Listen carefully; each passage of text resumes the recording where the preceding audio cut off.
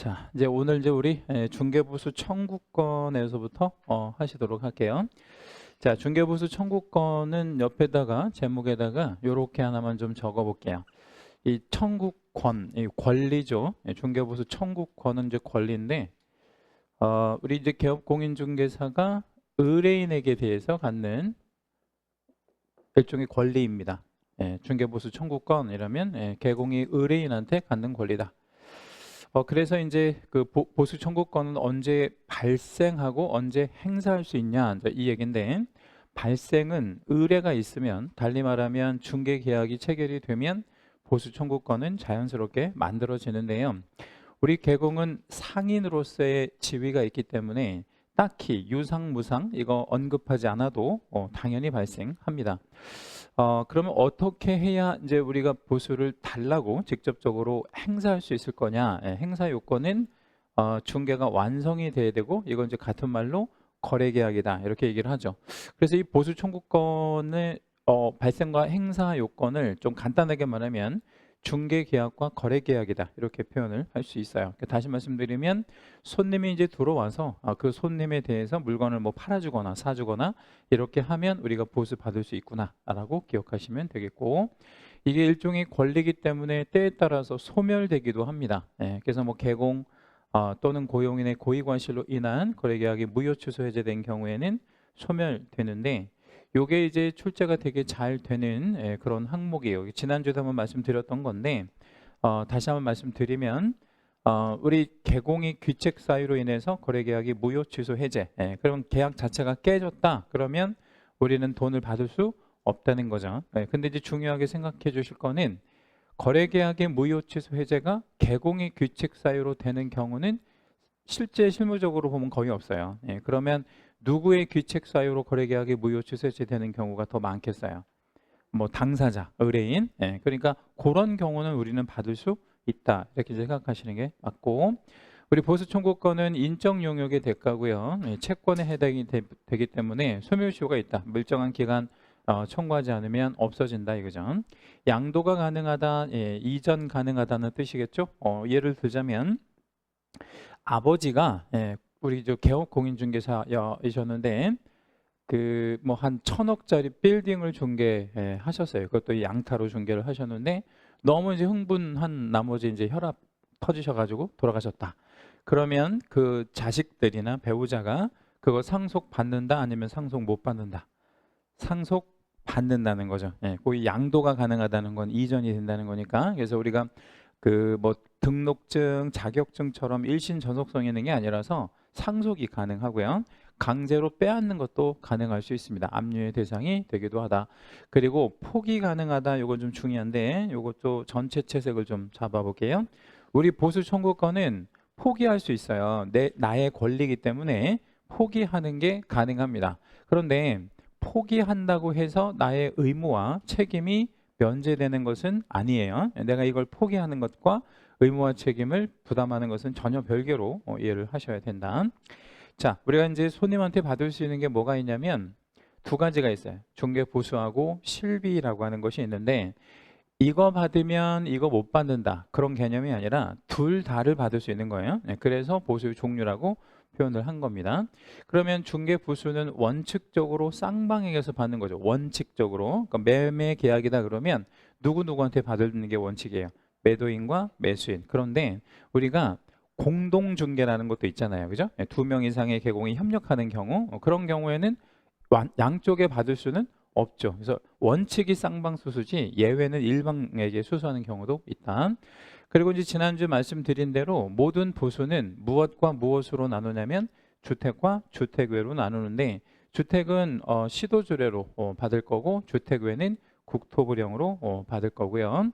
우리 중개보수 계산할 때 권리금은 포함하지 않는다. 이 권리금은 중개대상물이 아니기 때문에, 보충금이라고 하는 거는 이제 교환 계약 같은 거를 체결을 할 때, 뭐 예를 들자면 5억짜리와 3억짜리가 교환된다고 생각해봐. 5억과 3억. 그러면 가격이 맞지 않기 때문에 3억짜리 가지고 있는 사람이 돈을 좀 얹어야 되잖아요. 얼마를 얹어야 돼요? 2억. 그 2억이 보충금이에요. 그래서 그 보충금은 부동산이 아니라 돈이기 때문에 여기에 포함하지 않는다는 얘기입니다. 자, 이제 실비가 이제 있는데 실비는 요거 좀 중요하고 채색을 좀 잡을게요. 첫째가 권리관계 확인에 소요되는 비용과 지난주 배우셨던 반환채무 이행 보장에 드는 비용 뭐 이런 식으로 구분을 하는데 권리관계 확인에 드는 비용이라고 하는 건 뭐냐면 위로 빼볼게요. 일종의 조사 비용이다라고 생각하시면 돼요. 자, 질문을 하나 드릴게요. 부동산을 조사하는데 돈 들어가요? 안 들어가요? 부동산을 조사할 때 돈 들어가죠? 자, 그럼 부동산을 조사할 때 들어가는 돈을 한번 얘기해 볼게요. 어떤 비용? 응? 그 부동산을 조사할 때 들어간다 그랬잖아요. 지금 금방 여러분이. 그럼 어떤 비용이 들어갈까요? 뭐 우리 여러 가지 이제 각종 공부 뭐 이런 거 이제 발급, 공부 발급 비용 뭐 이런 거 이걸 떼봐야 될 거 아니에요. 그렇죠? 그 다음에 하나만 더요. 뭐 이게 좀 대표적인 거고. 예? 교통비. 교통비는 왜 이제 생기냐면 그 부동산이 우리 사무실이 바로 옆에 있는 게 아니잖아요. 왔다 갔다 해야 되는 이런 문제가 생기니까 임장해야 되니까 교통비. 그리고 그 부동산이 되게 멀 수도 있잖아요. 뭐 가령 서울 계공인데 물건은 뭐 부산 물건이다. 그럼 왔다 갔다 해야 되는 문제. 그래서 교통비 또 내지는 숙박비 뭐 이런 것도 이제 들어갈 수 있는데 그런 거는 누가 비용을 부담해야 되냐면 팔 사람이 부담한다는 거예요. 팔 사람. 그러니까 매도인이 부담한다. 그러면 우리가 생각할 때는 야, 조사 비용은 매수인이 좀 부담할 것 같은 느낌이 들잖아요. 근데 매수인이 아니라 매도인이 비용을 부담하는 건데 이유는 매수인은 아직 없기 때문에 이게 물건을 조사하는 단계에서는 매수인은 없는 거잖아요. 그렇죠? 그러니까 매도인만 있는 거예요. 매도인만. 그래서 여기 매도인한테 받아라. 뭐 이 뜻이고 지난주에 반환채무이행 보장 비용이 있는데 이 계약금, 중도금, 잔금을 제3자에게 맡겼다가 그걸 다시 돌려받으면 결국에 누가 좋은 거냐면 취득할 손님이 좋은 거니까 취득 의뢰인이 비용을 부담한다. 이렇게 기억하시면 되겠고 실비 요거 되게 잘 나오니까 위치 바꿔가지고 이전이냐 취득이냐 요거 좀 잘 기억해 주시고요. 요거 두 개밖에 없어요. 실비는. 그 다음에 이제 실비는 시도조례를 적용을 받을 수밖에 없어요. 그게 무슨 얘기냐면 교통비 같은 거 있잖아요. 교통비. 그러면 물건은 부산 물건인데 개공은 서울 개공이에요. 그렇죠?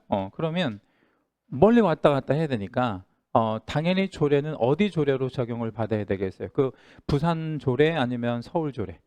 당연히 서울 조례로 해야지. 왜냐하면 서울에서 왔다 갔다 하는 거니까. 그래서 요거는 사무소 소재지라고 좀 적으세요. 그러니까 물건 소재지 쪽으로 하면 비용이 얼마 발생 안 하잖아요. 그러니까 이거는 사무소 소재지 쪽 시도 조례를 적용받아서 우리 받을 수 있다. 이것도 되게 잘 나오는 거니까 알고 계시고요. 자, 이제 실비에서는 약간 쟁점이 있는 게 하나가 있어요. 어떤 쟁점이 있냐면 자, 서울 계공이 부산 물건을 중개하려면 부산에 한번 왔다 갔다 해야 되잖아요. 근데 서울, 부산 왔다 갔다 하는 그 교통수단이 뭐가 있냐면 첫째 뭐가 있을까요? 우리 흔하게 생각하는 자차, 자차. 그 다음에 자차. 오늘같이 눈 오고 이런 날은 자차 좀 위험할 수 있으니까 뭘로 왔다 갔다 해? 뭐 기차. 그러면 자차랑 기차랑 고속버스 빼고 뭐가 있을까요? 헬기 같은 거.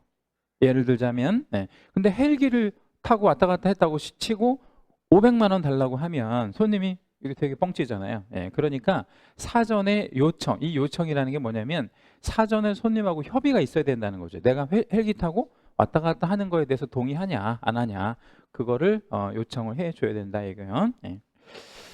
자, 이제 중개보수 요율의 산출 범위 뭐 이런 있는데 아까 이제 위에서 말씀드린 대로 모든 중개 대상물은 뭐로 구분하냐면 주택과 주택 외로 구분을 해요. 모든 중개 대상물은. 그러면 주택은 다시 두 가지로 나눠져요. 매매와 교환 그리고 임대차로 나눠지는데 매매 교환은 최대 몇 퍼센트 범위 안에서 0.7 범위 안에서 이제 시도 조례로 다시 한번 정해 줄 거예요. 근데 사실 우리가 0.7%로 요율을 받은 일은 거의 없어요. 왜냐하면 이거 범위 안에서 뭘로 정해 줄 거니까요. 조례가 정해 줄 거니까 조례가 정해 주는 대로밖에 받을 수가 없는 거지 현실적으로. 그러면 조례는 이거보다 높다 아니면 이거보다 낮다? 낮겠지. 이거보다 높으면 그건 불법이 되는 거니까. 뭐 대개 0.4, 0.5 요 정도 안에서 결정되고요. 임대차는 최고 요율이 0.6이에요. 근데 여기 안에서 아까 얘기한 대로 조례로 다시 한번 낮춰서 정할 겁니다. 자, 이제 주택 외는 뭐 공장, 상가, 토지만 있는 거 여기 싹 들어가는데 오피스텔도 들어가거든요. 오피스텔. 예, 근데 오피스텔은 중요합니다. 예, 어떤 의미에서 이제 중요하냐면 이 오피스텔이 주택 외로 보기는 하는데 주택으로 쓰는 오피스텔도 있을 거 아니에요. 주거용으로 쓰는. 그래서 주거용으로 쓰는 오피스텔의 경우에는 매매 교환의 경우에는 요율 체계가 어떻게 되냐면 0.5가 되고, 요거는 암기하고 계셔야 돼요. 시험 지문에 주지 않으니까. 임대차는 얼마래? 0.4. 예, 그러면 주거용 오피스텔이면 전용이 몇 제곱미터 이내로 들어와야 돼요? 85제곱미터 이내로 들어와야 되고, 그리고 부엌, 화장실, 목욕시설이 있어야 되는데, 그렇게 그 세 가지 요건을 갖춘 애들은 매매 0.5, 임대차 0.4라고 말씀드렸잖아요. 그러면 면적으로 봤을 때 85제곱미터를 초과하는 오피스텔도 있겠고 부하목이 없는 오피스텔도 있을 거 아니겠어요, 그죠? 예, 그럼 그런 거는 몇 퍼센트 범위? 0.9% 범위. 그래서 요거 요율 3개는 암기하고 계셔야 돼. 이거는 숫자기 때문에 이해가 되는 게 아니에요. 0.5, 0.4, 0.9 요건 좀 암기하고 계셔야 되고, 얘는 계산 문제를 낼 때 절대 제시해 주지 않기 때문에 무조건 외우셔야만 득점할 수 있다.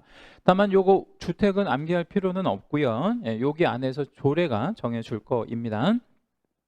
자, 그 다음에 이제 거래 유형별 중개보수 산출 방법 뭐 이렇게 이제 나와 있는데, 매매는 매매가에다가 요율을 곱하는 뭐 방식으로 하고요. 분양권은 전매자가 납부한 금액, 전매자가 납부한 금액에다가 밑줄을 좀 하나만 잡으실 건데, 전매한다라는 거는 등기 없이 넘어간다 뭐 이 뜻이에요. 등기 없이 넘어갈 때 우리는 이거를 전매한다라고 얘기를 하거든요. 그럼 등기하고 넘어가는 거는 매매가 되고, 그러면 전매자는 매도할 사람이거든요. 결과적으로 그럼 매도할 사람이 건설회사 혹은 시행사에다가 낸 거를 한번 제가 나열해 드릴게요.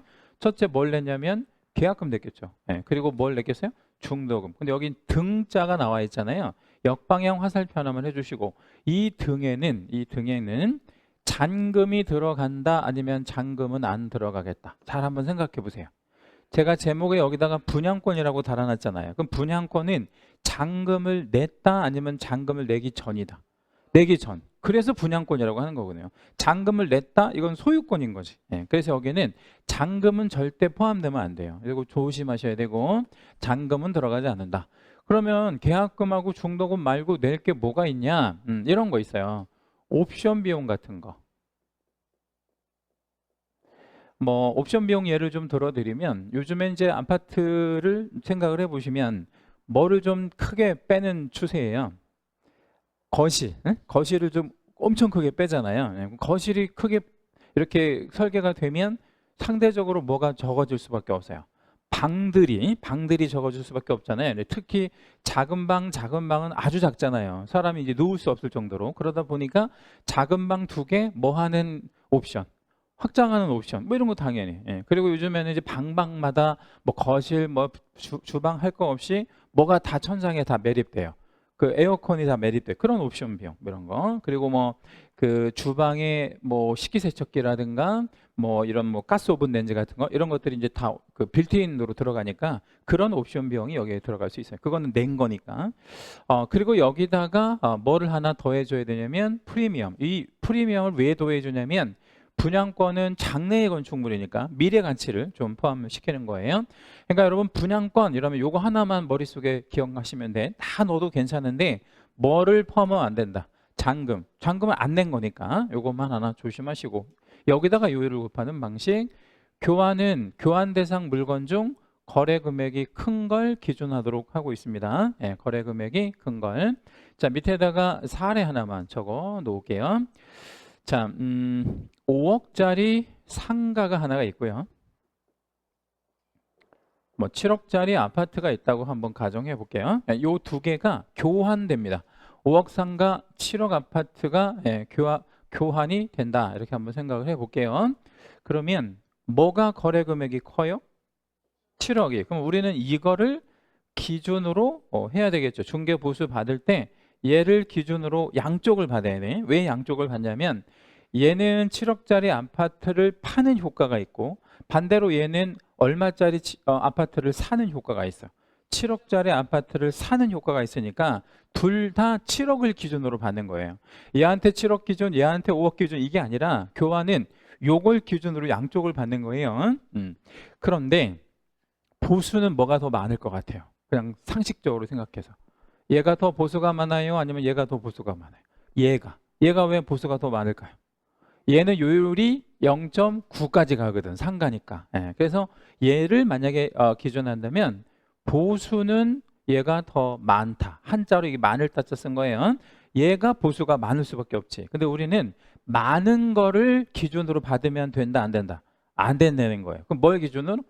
금액이 큰 거를 기준으로 받아야 된다. 그래서 이게 거래 금액이 크다, 이게 개공한테 다소 유리해 보이긴 하지만 실제로 들여다보면 종별이 다르면, 물건의 종별이 다르면 이게 좀 불리한 어떤 그런 기준이구나라고 기억하시면 되겠고요. 자, 이제 뒷장 가보시면 임대차가 나와 있는데, 임대차는 보통 이제 전월세라고 얘기를 하잖아요. 그래서 이제 전세가 있고 월세가 있고, 그런데 전세는 전세금을 이제 시험 지문에 줘요. 그럼 이제 그거 가지고 요율만 곱하면 되는데, 딱히 전세가 우리 본 시험에 한 번도 나온 적은 없습니다. 왜냐하면 뭐 특히 뭐 쟁점이 있거나 뭐 어렵거나 이런 게 아니기 때문에. 근데 월세, 순수 월세도 안 나왔어요. 한 번도 우리 시험에. 왜 안 나오냐면 우리나라는 순수 월세는 없어요. 뭐 거의 없다가 아니고 순수 월세 자체를 누가 싫어해요? 임대인들이.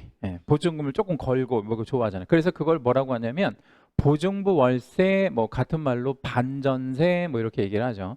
요즘에는 요 전세보다는 반전세가 더 많아요. 거의 50% 조금 넘습니다. 그러니까 이게 이제 반전세라는 건 보증금 조금 걸고 월세로 이렇게 하는 뭐 이런 게 좀 더 많은데, 이게 좀 중요하고 이게 이제 공식이 있어요. 환산 보증금으로 만들어야 되는데 어떤 공식이냐면 보증금 더하기 월 단위 차임, 그러니까 월 단위 차임이면 월세죠. 거기다가 곱하기 뭐를 하거나 100을 하거나 아니면 곱하기 70을 해야 돼. 둘 중에 하나. 곱하기 100, 곱하기 70.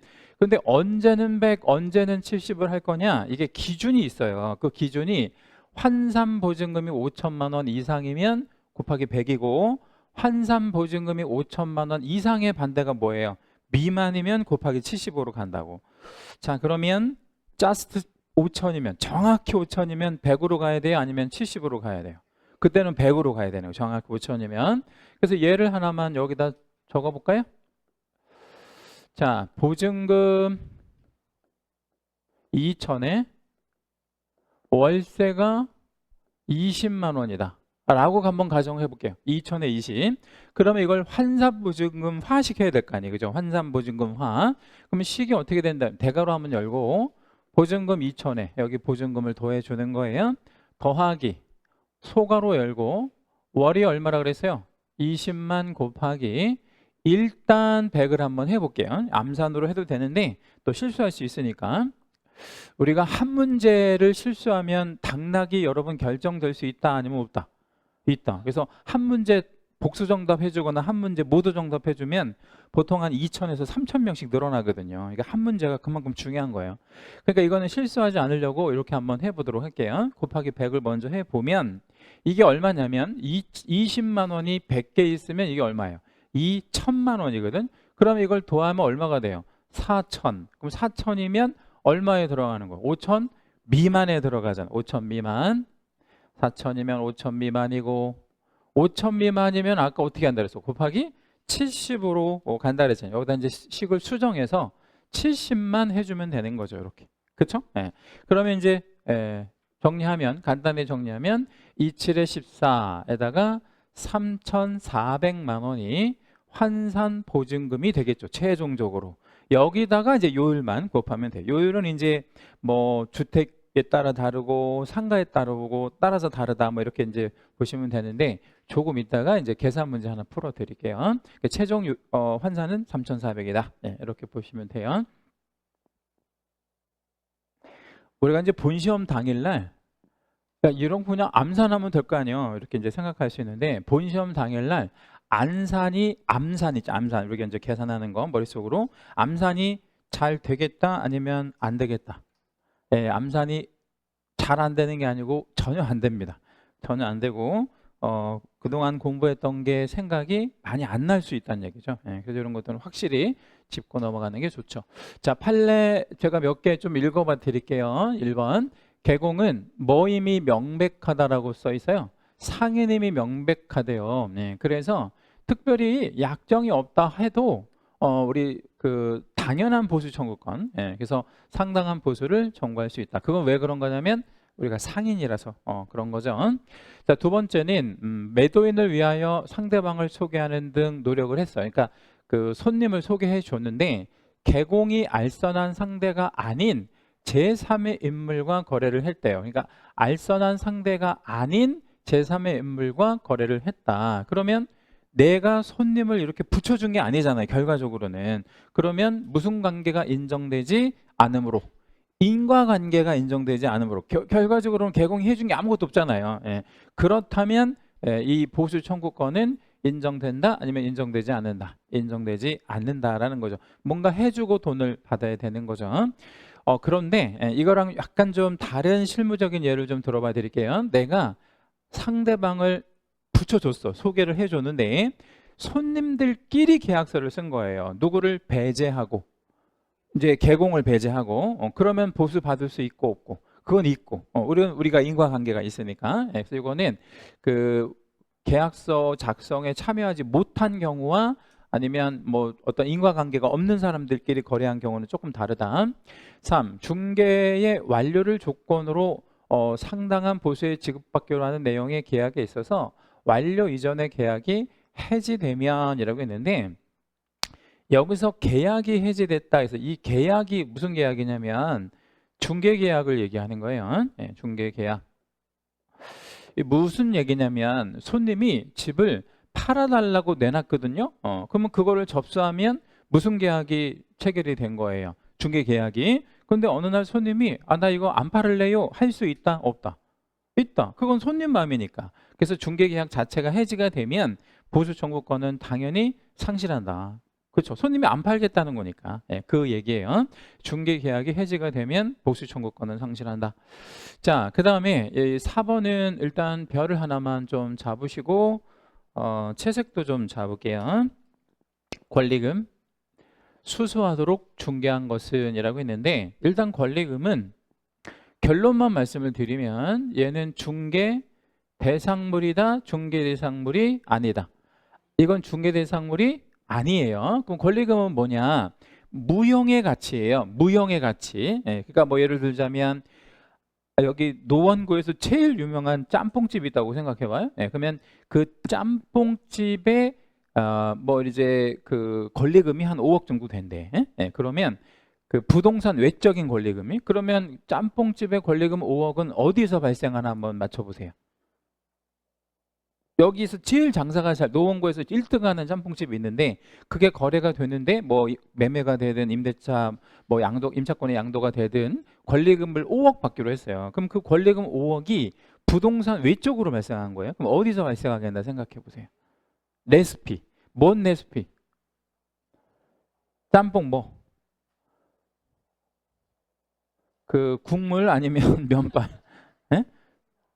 둘 다, 예, 좋아요. 그러니까 짬뽕 레시피가 5억을 차지하는 거잖아요. 말 그대로. 그리고 그 가게의 인지도. 얼마나 많이 알려져 있는지. 야, 거기가 참 짬뽕이 맛있어. 이런 거. 그것 때문에 발생하는 거기 때문에 권리금은 중개대상물이 아니란 말이에요. 그러면 중개대상물이 아닌 거를 우리가 그 수수하도록 뭐 이게 중개했다면, 이거 알선했다면 이건 중개행위 아니라고요. 이거는 중개대상물 자체가 아니니까. 그러면 이 보수 한도액 역시 이러한 중개행위에는 적용되지 아니한다. 뭐 이렇게 지금 대법원이 판시했잖아요. 그럼 질문. 그럼 이거에 대한 이 권리금에 대한 수고비를 받을 수 있다는 거예요? 아니면 받지 말라는 얘기예요? 잘 한번 생각해 보세요. 받을 수 있다는 얘기예요. 예, 수고비 수수는 가능한데 그렇죠? 네. 한도가 그러니까 우리 중개부는 한도가 있잖아요. 0.9가 최고 한도잖아요. 한도가 있다 없다? 없다라는 의미의 판례입니다. 한도는 없다. 그러니까 여러분 실무 나가셔서 상가 중개할 때 권리금 수수하도록 해주고 수고비, 그죠? 받아도 돼요, 안 돼요? 받아도 돼요. 예, 근데 여기서 좀 중요한 게 하나가 있어요. 뭐가 이제 중요한 게 있냐면, 권리금을 수수하도록 이렇게 알선을 하면 계약서도 써주는 경우가 있거든요. 이제 그거를 권리금 양도 양수 계약서라고 하거든요. 근데 그거는 좀 불법이야. 우리가 하면 안 돼요. 권리금 양도 양수 계약서는 우리가 쓸 수 있는 성격이 아니에요. 그러면 권리금 양도 양수 계약서는 누구의 업무 범위에 들어가냐면 세자로 행정사라는 전문 자격사가 있어요. 그 행정사의 업무야. 그건 우리가 할 수 있는 게 아니에요. 왜? 뭐가 아니라서요. 중개대상물이 아니잖아. 그러니까 권리금 양도 양수 계약서는 쓰면 안 돼. 그 대신 소개는 해줘도 되고요. 예, 소개는 돼요. 그럼 돈 받아도 되는데 계약서를 쓰면 안 돼. 그럼 우리 어떻게 하셔야 되냐면 그 권리금을 알선했죠. 그러면 주변에 행정사가 아마 찾아보면 있을 거야. 그래서 행정사한테 이제 전화해서 잠깐 좀 오셔서 계약서만 좀 써달라고. 아니면 손님 모시고 행정사 사무실로 가서 쓰든. 네, 그래서 보통 이제 계약서만 써주는데 한 20만 원 정도 받으니까 그 뭐 오시라고 해서 법무사 오라고 해서 쓰는 거랑 똑같은 원리예요. 그렇게 쓰든가 아니면 내가 가서 쓰든가 해야 됩니다. 현재 요거는 이제 협회에서 그 대법원 판례 때는 우리가 그 권리금 양도 양수 계약서를 못 쓰는데 입법으로 좀 이걸 좀 판례를 좀 뒤집으려고 노력을 하고 있어요. 입법이라고 하는 거는 법으로 이걸 할 수 있도록 지금 추진하고 있는데 개정이 될지 안 될지는 아직 미지수입니다. 협회에서 지금 그걸 시도하고 있습니다. 왜냐하면 되게 불편하거든. 이게 뭐 상가 우리 뭐 임대차나 상가 매매하면서 행정상까지 낀다. 불편하잖아. 네, 그래서 그거를 좀 시도하고 있고요. 자, 요거는 좀 중요해요. 네, 5번. 중개 보수 약정 중 소정의 보수의 한도를 초과하는 부분. 여기도 채색 하나만 잡아요. 한도를 초과하는 부분에 대해서는 강행법규에 위반한다. 그러니까 이제 하지 말라고 하는 법 규정을 위반한 것이기 때문에 그거는 뭐라고 보아야 한다. 무효라고 보아야 한다. 이것도 되게 잘 나오는 판례입니다. 자, 그러면 무효면 원인 없이 받은 거니까 받은 돈은 어떻게 해야 되겠어요? 반환 해야 되고, 반환하면 그걸로 끝난다 아니면 처벌은 당연히 한다. 당연히 처벌을도 한다. 그래서 3종 세트로 기억해 주세요. 무효, 반환, 처벌. 이렇게 다 기억해 주셔야 돼요. 다 잘 나오고. 자, 이게 6번 판례는 금지행위 쪽에서 한번 간단하게 말씀드렸는데 한번 읽어볼게요. 아파트 분양권이, 아파트는 이제 장내 주택인데 조례로 받아야 되거든요. 근데 조례를 잘못 해석했대. 조례를 잘못 해석했다는 거는 거래 금액별로 얼마 받아라, 뭐 0.5 받아라, 0.4 받아라 이렇게 정해져 있는데 가령 0.4만 받아야 되는데 테이블을 잘못 봐가지고 0.5로 받은 거예요. 그러면 뭐를 일으킨 거냐면 착오를 일으킨 거잖아요. 근데 대법원이 뭐라고 했냐면 착오에 해당하지 않는다라고 했단 말이에요. 무슨 말일까요? 이거 고의성이 있으니까. 그래서 한 번만 더 전개해보면 처벌하겠다는 거. 금품초과 수수로. 그래서 이거는 처벌의 대상이 된다 이거예요. 금품초과 수수 하는 걸로 본다. 취소할 수 없다. 1년 1천의 형벌이 있다. 그래서 착오를 주장할 수 없다. 뭐 이 뜻이에요. 자, 7번은 공인중개사 자격이 없는 자가 등록을 하지 아니한 채 그럼 자격이 없는 자가 그러면 무자격 등록을 하지 아니한 채 무등록 중개업을 하면서 그러면 무등록 중개업이잖아요. 예, 그러면 무등록 중개업하는 사람의 효력을 제한하는 강행법규에 해당한다라고 했어요. 근데 그 얘기는 무슨 얘기냐면 무등록 중개업을 하는 사람은 보수 수수가 가능하다 아니면 가능하지 않다. 가능하지 않다 이 얘기죠. 받으면 안 된다는 거예요. 예. 왜? 얘는 합법적 개공이 아니잖아요. 예. 근데 얘를 우리가 뭐 법률이든 판례든 인정해 줄 필요가 당연히 없죠. 자, 8번 판례는 요렇게 판례가 지금 구성이 됐는데 계약이 완료되지 않을 경우에도 여기서 계약은 거래계약이에요. 중개계약이 아니고 거래계약입니다. 매매교환 임대차의 거래계약이에요. 근데 미리, 그러니까 계약은 아직 완성되지는 않았지만 미리 보수를 지급받기로 하는 약정을 할 수 있다 아니면 할 수 없다. 있다. 그러니까 손님이 물건 갖고 올 때 내가 이거 팔아주면 0.5 줄래요? 0.7 줄래요? 이거 약정할 수는 있잖아요. 그 약정을 할 수 있냐? 이거 할 수는 있는데 이렇게 했을 때 보수에 대한 한도를 초과할 수는 없다. 그러니까 미리 하는 약정이라 하더라도 법정 한도를 넘어가지 말아라. 나중에 현실적으로 받는 것이든 미리 하는 것이든 당연히 한도를 넘어가서는 안 된다. 자, 9번 판례는 우리 여기다가 채색 하나만 해요. 공매 대상 부동산 취득의 알선. 자, 채색한 데에서 가장 중요한 핵심어 한 번만 찾아봐 주실래요? 뭐가 핵심어다? 공매 대상 부동산 취득의 알선 이렇게 표현했잖아요. 핵심어. 요거죠, 요거 알선. 그쵸? 그럼 이건 알선은 중개다, 중개는 아니다. 이것도 부동산 알선이잖아. 중개 맞죠?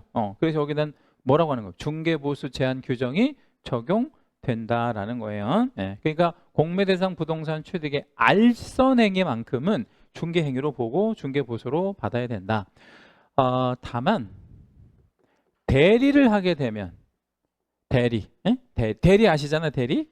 뭐 입찰 신청의 대리, 매수 신청의 대리. 이 대리는 중개 보수로 받는다, 아니면 중개 보수는 아니다. 이건 중개 보수가 아닌 거예요. 이건 대리 보수를 받아야 돼. 나중에 이거는 다시 배울 거예요. 자, 이제 10번 판례는 판례 번호상으로 보니까 2023다라고 되어 있죠. 2023다라는 거는 이제 대법원 판례인데 2023년도에 나온 판례예요. 그러니까 우리 본 시험에 아직 한 번도 안 나온 판례 한번 볼게요. 우리 거래 당사자 간의 매매 교환, 임대차, 기타 득실 변경에 관한 행위를 알선을 하였더라도 해당 중개 업무를 의뢰하지 않은 당사자로부터, 그러니까 우리 중개보수 청구권은 개공이 의뢰인한테 받는 대가라 그랬잖아요. 근데 의뢰하지 않은 당사자, 나한테 의뢰하지 않은 당사자야. 이 사람한테는 원칙적으로 보수를 받을 수 있다, 없다? 없다, 이런 얘기 되죠. 그럼 이게 되게 어려운 말이라서 제가 사례 하나만 여기다 적어 드릴게. 자, A는 소유자예요. 물건을 소유하고 있는 소유자인데 얘가 신문에다가 매물 광고를 하나 내요. 뭐 하겠다고 광고 내는 거예요? 팔겠다고.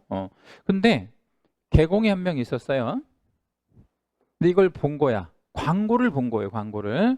그리고 이 개공한테는 B라는 의뢰인이 있었어요. 이 의뢰인은 매수할 의뢰인이에요. 사전에 의뢰 관계가 있었던 거예요. 근데 마땅히 이 사람이 찾는 물건이 없었거든, 그동안. 그래서 중개를 못하고 있다가 얘가 광고 낸 걸 보니까 마침 얘가 찾는 물건이에요. 그래서 개공은 어떻게 해줬을까요? 연결해줬겠지. 누구랑 누구를? A하고 B를. 이렇게 해서 얘네가 매매 계약을 체결을 한 거예요. 다시 말씀드리면 거래가 완성이 된 거잖아요. 이때 개공은 B한테는 보수받을 수 있다, 없다? B한테는 받을 수 있다. 근데 왜 받을 수 있다? 의뢰가 있었고 중개가 완성됐으니까. 그래서 이렇게는 보수를 받는 게 가능해요. 얘한테는. 근데 A한테는 보수를 달라고 할 수가 없다라는 의미의 판례예요. 10번은. 자, 왜 A한테는 보수 달라고 못해요? 의뢰인이 아니니까. 그러면 신문에 광고 낸 건 의뢰가 아닌가요? 신문에 광고 낸 거는 의뢰가 아니냐라고 제가 질문을 드렸어요. 아니에요. 이걸 조금 어려운 말로 얘는 의뢰를 하면 이건 직접적인 의사표시를 한 거잖아요. 내가 이거 팔아줄 수 있어요? 그리고 얘가 팔아줄게요. 계약이 만들어진 건데 신문에 광고 낸 거는 청약이 아니라 청약의 유인액인 거야. 이거는. 그러니까 이거는 법률행위 자체가 없는 거죠. 그러니까 중개계약 자체가 체결되지 않았던 거예요. 그래서 얘한테는 보수 받으면 안 돼요. 그럼 이 사례에서 여러분 개공이 A한테도 돈을 받으려면 어떻게 하고 처음에 진행했었어야 될까요? A한테 전화를 해서 이제 전화를 드리게 했어요. 제가 A의 역할을 해볼게요. 제가 여보세요라고 했어요. 그럼 여러분 어떻게 하실래요? 소개해 드릴까요? 당연히 소개해 줘도 된다. 소개해도 돼요. 예. 그렇게 하면 못 받는다니까. 어떻게 해야 받을까요? 광고 내리라고?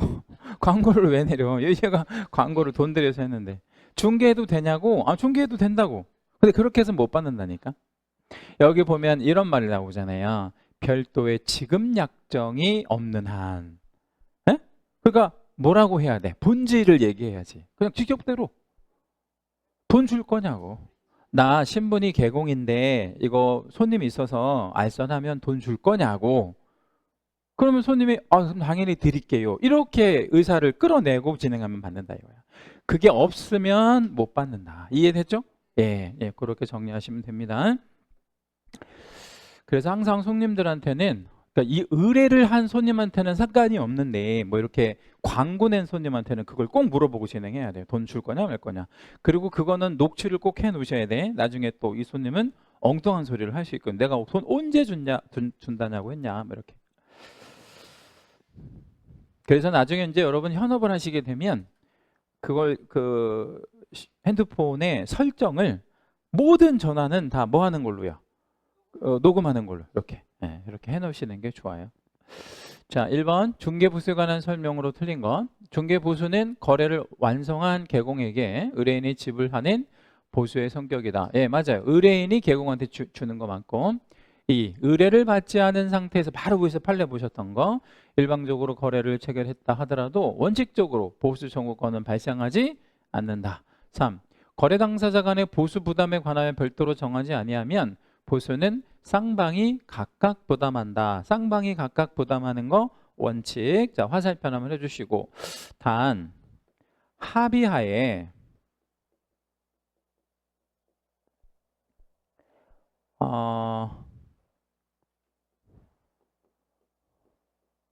한쪽이 모두 부담하는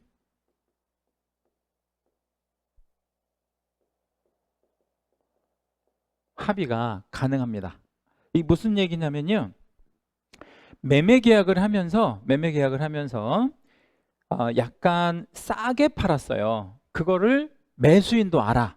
자, 자기가 되게 급매로 싸게 거래한 거를 매수인도 알아요. 그래서 계약서 쓸 때 매도인이 이렇게 얘기한 거야. 그 매수인한테 제가 이거 되게 시세보다 엄청 싸게 파는 거니까 뭐 보수 얼마 안 되니까 보수는 사장님이 좀 부담하시죠. 매수인이 오케이.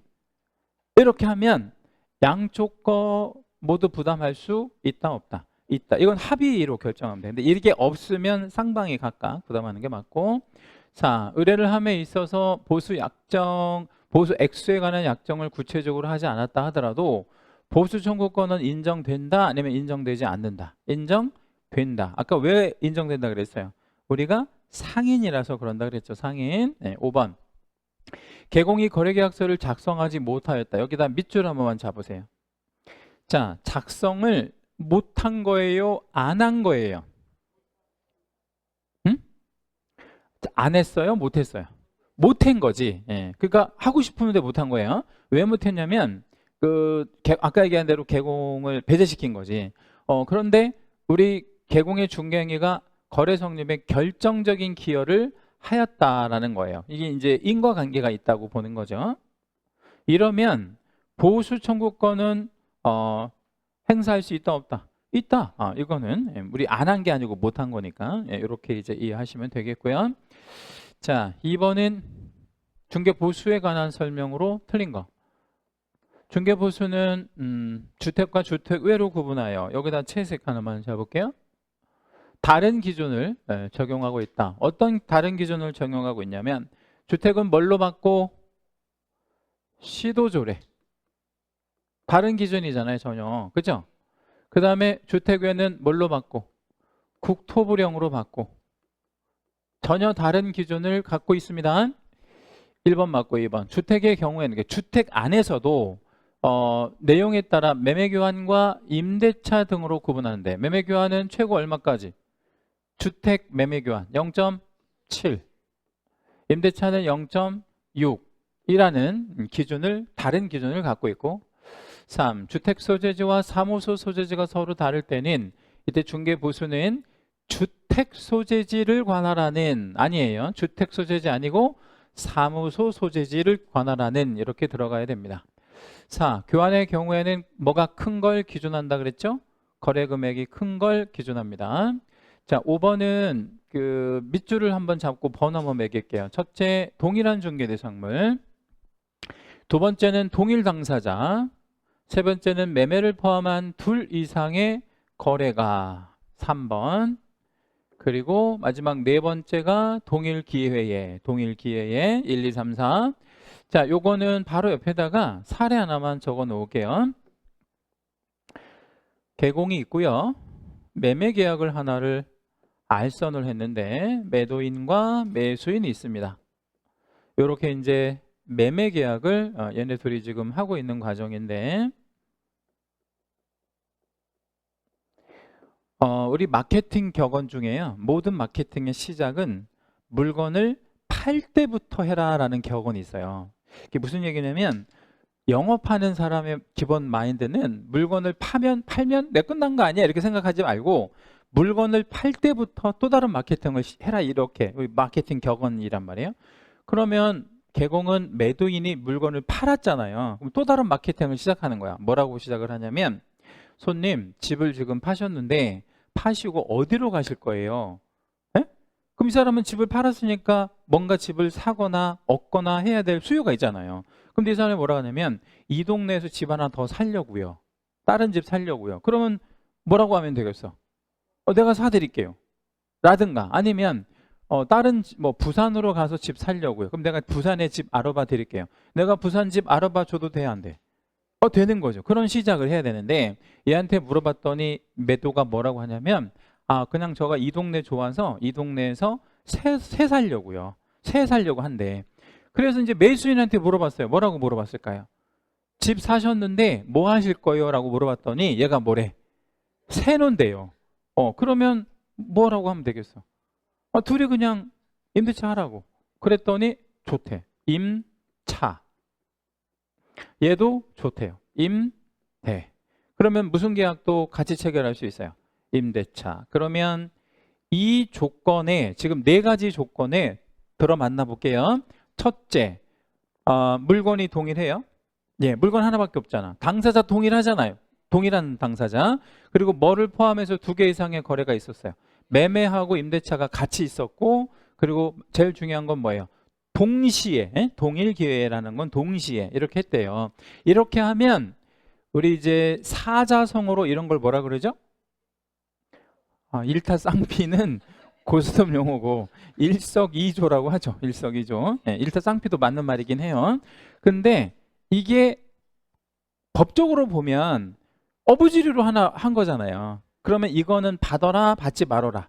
받지 말란 얘기예요. 어부지리로 한 거니까. 그래서 이때는 뭐만 받아라, 매매만 받아라 이 뜻이에요.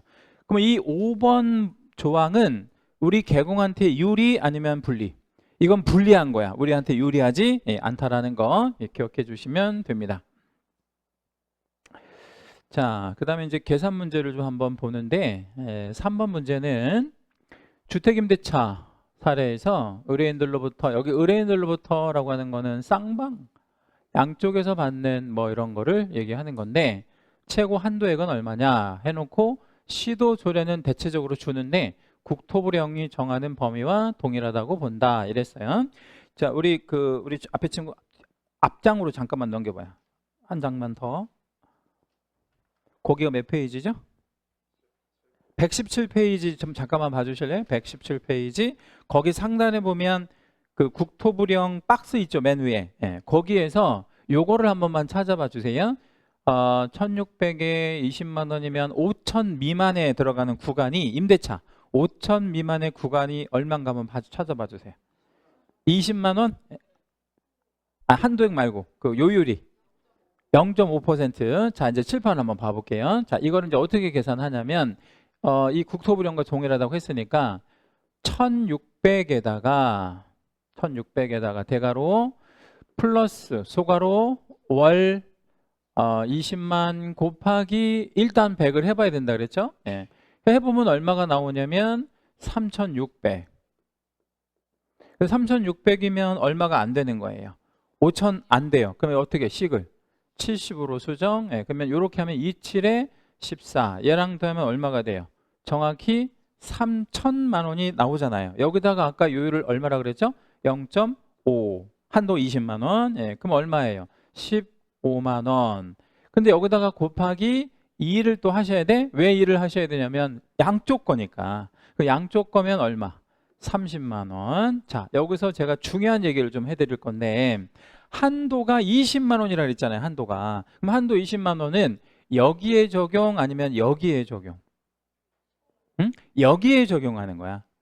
예? 여기에. 그러니까 양쪽에 계산한 거에 적용하는 게 아니라 한쪽에 받는 거에 20만 원 적용. 그러니까 15만 원 받아도 되고 양쪽 거 하니까 30만 원이 정답이 되겠죠. 그죠? 이렇게 이제 풀어내는데 우리 이제 본 시험에는 이런 식으로까지 어렵게 나오지는 않고 본 시험에서는 이 시도 조례를 줄 거예요. 응? 얼마 0.5로 이렇게 제시한다든가 줄 거니까 준 대로만 대입을 해주시면 됩니다. 그러니까 문제 푸는 흐름만 기억하고 계시면 되겠고요. 제가 여기다가 계약 기간은 완전히 무시했잖아요. 그죠? 네, 그럼 임대차에서 계약 기간은 의미가 있다 아니면 없다? 없어. 뭐 길게 하든 짧게 하든 아무 의미가 없는 건. 자, 문제 하나 더 가볼게요. 자, 4번 문제는 별을 하나만 해요. 계산 문제에서 가장 출제가 된다면 유력한 건 오피스텔입니다. 자, 우리 갑은 병이 개공이에요. 중개를 의뢰하여 을 소유의 전용 70짜리. 자, 여러분 전용 70이라는 정보가 중요한 정보, 안 중요한 정보? 중요한 정보. 오피스텔을 2천에 25만 원. 2천에 25만 원 임대차를 했는데 이때 병이 갑으로부터 여기다도 밑줄. 갑으로부터 이거 중요한 정보, 안 중요한 정보? 중요한 정보인데 어떤 의미에서 중요하냐면 일방 아니면 쌍방. 이거 일방에게. 왜냐하면 갑으로부터라고 했으니까 한쪽만 지금 언급했잖아요. 그래서 일방에 대해서 받을 수 있는 최고 한도는 얼마냐. 그리고 부, 화, 목 이거 있는 것도 중요한 정보죠. 85제곱미터 이내로 들어오면서 부화목이 있으면 이걸 뭐로 봐요? 주거용 오피스텔로 보잖아요. 그렇죠? 그럼 이거 이제 식을 한번 만들어 보겠습니다. 대가로 열고 보증금 2천에 소가로 열고 월 25만 곱하기 역시 100 해봤더니 4,500밖에 안 되네요. 그렇죠?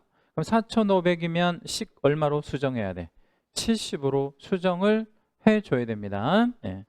이러면 얼마가 나오게 되냐면 3,750만 원. 3,750만 원이 환산 보증금이 되는 거예요. 3,750만 원 이렇게 계산하면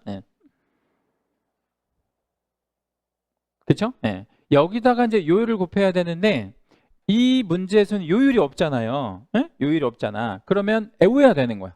자, 오피스텔인데 주거용 오피스텔 같은 경우에는 매매 교환은 0.5, 임대차는 0.4. 여기 0.4로 가야지. 임대차니까. 그렇죠?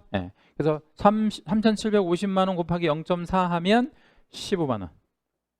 여기다가 곱하기 2를 한다, 안 한다? 안 한다. 15만 원이 답이 됩니다. 왜 곱하기 2를 안 했던 거예요? 한쪽 거 우리 보수 구하라라는 의미였으니까요. 한쪽 거만 받으면 된다. 정도 기억하시면 됩니다. 여기 문제가 요거까지죠. 잠깐 쉬었다가 다음 시간에 하시겠습니다.